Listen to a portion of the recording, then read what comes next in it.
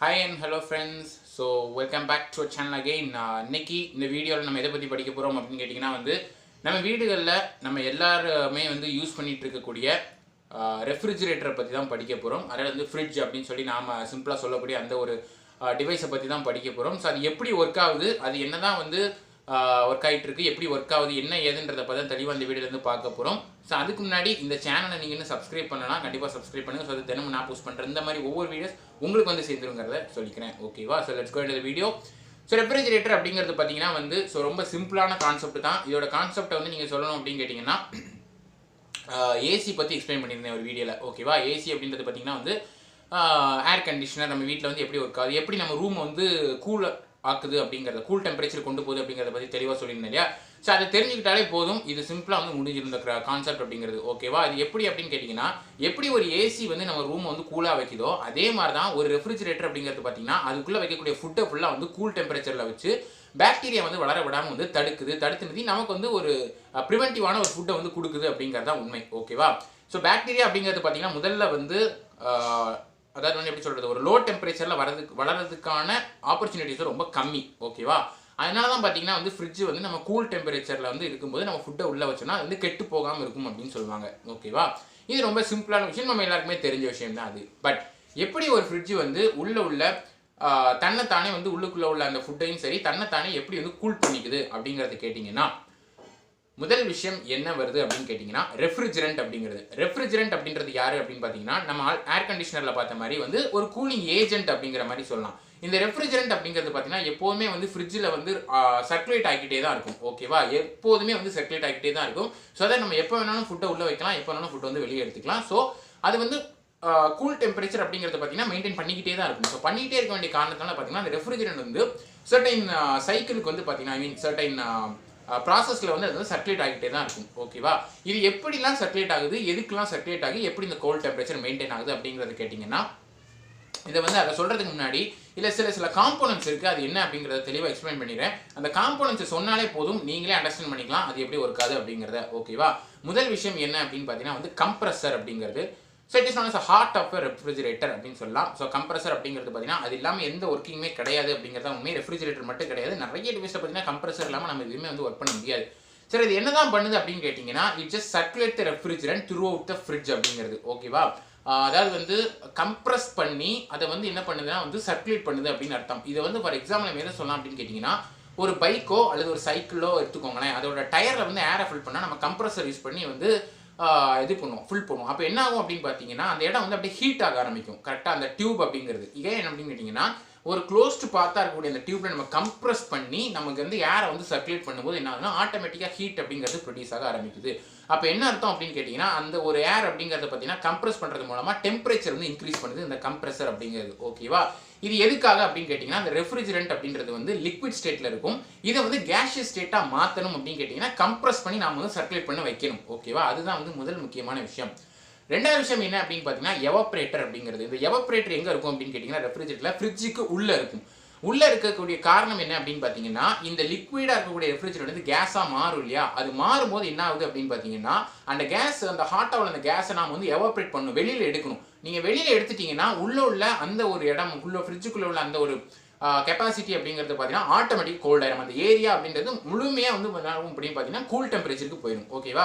ஒரு ஏசியை நம்ம ஒர்க்கிங்கில் பார்த்துருந்தாலும் அது என்ன பண்ணும், ஜஸ்ட் ரூமில் உள்ள ஒரு ஹாட்டான ஏர் அப்படியே அதுக்குள்ளே இழுத்துக்கிட்டு அந்த ரெஃப்ரிஜரண்ட்டில் உள்ள அந்த லிக்விட் ஸ்டேட்டை வேப்பருக்கு மாற்றிட்டு அப்படியே அந்த ரூம் அப்படியே விட்டுரும். ஸோ தட் அந்த ஹீட் எல்லாம் ரெஃப்ரிஜரண்ட் அப்சர்வ் பண்ணிக்கும், அந்த இடம் அப்படியே கூலாக மாறிடும். இதே தான் பார்த்தீங்கன்னா ஒரு ஃப்ரிட்ஜுக்குள்ள நடக்குது. நம்ம ரூமுக்குள்ள உட்காரும்போது எப்படி கூலாக இருக்கும், நம்ம ரூம் எல்லாம் க்ளோஸ் பண்ணி வச்சு தான் உட்காரணும் ஏசி போட்டு, அப்படின்னா தான் நல்லா கூல் டெம்பரேச்சர் கிடைக்கும். அதே தான் ஃப்ரிட்ஜுக்குள்ள இந்த ரூம் என்ன அப்படின்னு பார்த்தீங்கன்னா ஒரு ஃப்ரிட்ஜுக்குள்ள இருக்கக்கூடிய ஒரு ஏரியாவை நீங்கள் கன்சிடர் பண்ணிக்கிட்டீங்கன்னா அதே ஒர்க்கிங் தான். ஓகேவா? மூணாவது என்ன அப்படின்னு பார்த்தீங்கன்னா கண்டென்சர் அப்படிங்கிறது. இந்த கண்டென்சர் எங்கே இருக்குன்னு பார்த்தீங்கன்னா பேக் ஆஃப் த ரெஃப்ரிஜரேட்டரில் இருக்கும். இந்த கண்டென்சரோட வேலை என்ன அப்படின்னு பார்த்தீங்கன்னா பேரை சொன்னாலே எல்லாருக்குமே தெரியும், just to cool the refrigerant, அவ்வளோதான்.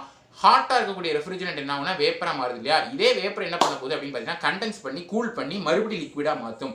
ஏன் லிக்விடாக மாற்றினா மறுபடியும் சர்க்குலேட் பேக் சர்க்குலேட் பண்ணணும் இல்லையா? ஸோ ஒரு சைக்கிளாக தான் நடந்துகிட்டே இருக்கும் இது எல்லாமே.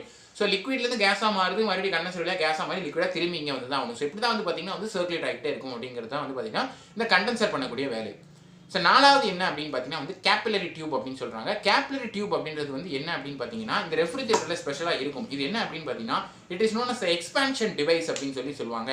எக்ஸ்பான்ஷன் டிவைஸ் அப்படிங்கிறதுக்கான அர்த்தம் என்ன அப்படின்னு பார்த்தீங்கன்னா whenever a liquid refrigerant is sprayed into the capillary tubes. capillary tube எப்போ liquid refrigerant போகுதோ அப்போ அது என்ன பண்ணும் அப்படின்னு பார்த்தீங்கன்னா வந்து அதை வந்து லோ ப்ரெஷர் என்விரான்மெண்ட்டுக்கு வந்து டிரான்ஸ்ஃபர் பண்ணிவிடும் அப்படின்றது. அந்த கேபிலரி டியூப் வழியாக தான் பார்த்தீங்கன்னா இந்த ஒரு ரெஃப்ரிஜரண்ட் அப்படின்றது பார்த்தீங்கன்னா லோ ப்ரெஷர் ஏரியாவுக்கு போக ஆரம்பிக்கும். சரிங்களா? சரி, எதுக்காக அப்படின்னு பார்த்தீங்கன்னா வந்து அந்த வேப்பரைஸாக மாறும் இல்லையா, எவாப்ரேட்டர் வழியாக தான் என்ன ஆகணும், அந்த வேப்பர் வந்து பாஸ் ஆகி போகணும். கரெக்டாக? அதுக்காக தான் பார்த்தீங்கன்னா இந்த கேபிலரி டியூப் அப்படின்றத யூஸ் பண்ணுறாங்க. So last and the fifth important component என்ன அப்படின்னு பார்த்தீங்கன்னா தெர்மோஸ்டாட் அப்படின்றது. போன வீடியோவில் நான் சொல்லியிருந்தேன் அயன் பாக்ஸ் பற்றி சொல்லும்போது. So in order to maintain the temperature அப்படிங்கிறது. இது டெம்பரேச்சர் எப்படி மெயின்டைன் பண்ணணும் அப்படின்னு கேட்டிங்கன்னா ஃப்ரிட்ஜுக்குள்ளே வந்து கோல்டு டெம்பரேச்சர் மெயின்டைன் பண்ணணும் அப்படிங்கிறது தான் வந்து நம்மளோட மெயின் எய்ம். அண்ட் ஆல்சோ ஃப்ரிட்ஜோட ஒர்க்கிங்கும் வந்து அதை பேஸ் பண்ணி தான் இருக்கும். கரெக்டாக? பட் இதுக்குள்ளே வந்து கோல்டு ஆயிடுச்சு அப்படின்னு சொன்னால், ஒரு சர்டன் லெவலுக்கு மேலே கோல்டு ஆயிடுச்சு அப்படின்னு சொன்னால் ஆட்டோமேட்டிக்காக என்ன பண்ணணும் அப்படின்னு பார்த்தீங்கன்னா இந்த ஒரு லிக்விட் டு கேஸ் மாறக்கூடிய இந்த ப்ராசஸ் வந்து ஸ்டாப் ஆகும். கரெக்டாக? எப்படி ஸ்டாப் ஆகும்? ஒரு அயன் பாக்ஸ் வந்து ஓவராக ஹீட் ஆகிட்டு இருக்கு, டக்குன்னு வந்து இந்த லைட்டு கட் ஆயிடுச்சு, அது அண்ட் ஆல்சோ அந்த ஹீட் வந்து இன்க்ரீஸ் ஆகுது, குறைஞ்சிச்சு, ஸ்டாப் ஆயிடுச்சு அப்படின்னு நான் சொன்னேன். கரெக்டாக? அதே மாதிரி தான் இதுவும் எதுக்கு அப்படின்னு பார்த்தீங்கன்னா கம்ப்ரஸரோட வேலை என்ன, ஜஸ்ட் கம்ப்ரஸ் பண்ணி லிக்விடை வேப்பராக மாற்றக்கூடிய அந்த ஒரு ப்ரெஷருக்கு டெம்பரேச்சருக்கு கொண்டு போக வேண்டிய வேலை. உள்ளே வந்து கோல்ட் ஆயிடுச்சுன்னா சென்சார் மூலமாக சென்ஸ் பண்ணி இந்த கம்ப்ரஸரை ஆஃப் பண்ணுற வேலை யாருன்னு பார்த்தீங்கன்னா அந்த தெர்மோஸ்டாட்டோட வேலை. எப்படி பைமெட்டல் ஸ்ட்ரிப் வந்து பெண்ட் ஆகி ஓப்பன் ஆகுதோ அயன் பாக்ஸில், அதே மாதிரி இந்த தெர்மோஸ்டாட்டோட வேலை என்ன அப்படின்னு பார்த்தீங்கன்னா இந்த கம்ப்ரஸரை ஆஃப் பண்ணுற வேலை. ஒருவேளை வந்து உள்ள ஹீட் வர ஆரம்பிச்சிருச்சு, அதாவது வந்து கோல்டு டெம்பரேச்சர் இல்லை, ஹீட்டாக இருக்குது அப்படின்னு சொன்னால் அப்போ இந்த தெர்மோஸ்டாட் என்ன பண்ணும் அப்படின்னு பார்த்தீங்கன்னா இந்த கம்ப்ரஸர் என்ன பண்ணால் ஆன் பண்ணி விட்டுரும். ஸோ கம்ப்ரஸர் ஆன் பண்ணும்போது மறுபடியும் வந்து இந்த லிக்விட் ரெஃப்ரிஜரேட்டரை கம்ப்ரஸ் பண்ணி மறுபடியும் வந்து என்ன பண்ணுறாங்கன்னா அதில் ஹீட்டை இன்க்ரீஸ் பண்ணுறது மூலமாக மறுபடியும் உள்ள வந்து கோல்டு டெம்பரேச்சரை மெயின்டைன் பண்ணுறாங்க. ஓகேவா? ஸோ லிக்விட் ரெஃப்ரிஜரேட்டர் அப்படிங்கிறது பார்த்தீங்கன்னா ஃப்ரிட்ஜில் அப்படியே சர்க்குலேட் ஆக ஆரம்பிக்குது.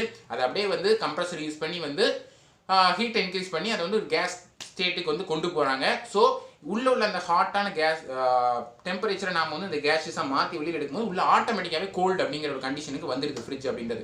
ஸோ வெளியில் எடுக்கக்கூடிய இந்த வேப்பர் அப்படிங்கிறது பார்த்தீங்கன்னா மறுபடியும் வந்து இந்த கண்டென்சர் வழியாக போயிட்டு மறுபடியும் லிக்விடாக மாறி இப்படியே தான் வந்து என்ன ஆகிட்டு இருக்குது அப்படின்னு பார்த்தீங்கன்னா வந்து சர்க்குலேட் ஆகிட்டே இருக்குது. அப்படிங்கிறது தான் என்ன அப்படின்னு பார்த்தீங்கன்னா இந்த ஃப்ரிட்ஜோட ஒர்க்கிங். ஓகேவா? நீங்கள் வந்து இதை தவிர்த்து சில விஷயங்கள் என்ன அப்படின்னு பார்த்தீங்கன்னா நீங்கள் பின்னாடி வந்து இந்த பாக்ஸ் ஒன்று இருக்கும். இந்த பாக்ஸில் வந்து சில லிக்விட், அதாவது தண்ணி வந்து தேங்கிறத பார்க்கலாம். அப்பப்போ எடுத்து நம்ம க்ளீன் பண்ண வேண்டியிருக்கும். இந்த இடத்துல சில இடங்கள்லாம் நல்லா டஸ்டியாக இருக்கும் அந்த இடங்கள்லாம்.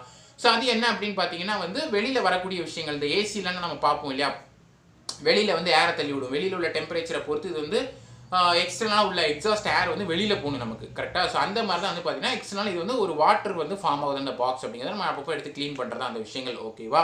இதுதான் என்ன அப்படின்னு பார்த்தீங்கன்னா வந்து ஒரு ஃப்ரிட்ஜோட ஒரு ஹோல் ஒர்க்கிங் அப்படின்னே சொல்லலாம்.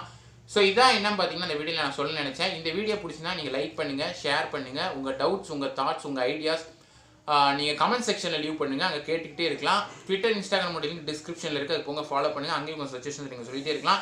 உங்கள் சேனலை மறக்காமல் சப்ஸ்கிரைப் பண்ணுங்கள். ஸோ தினமும் நான் போஸ்ட் பண்ணுற வீடியோஸ் எல்லாமே உங்களுக்கு வந்து சேர்ந்துருங்க சொல்லிக்கிறேன். So see you guys in the next video. Until then, bye, cheers and thank you so much for watching.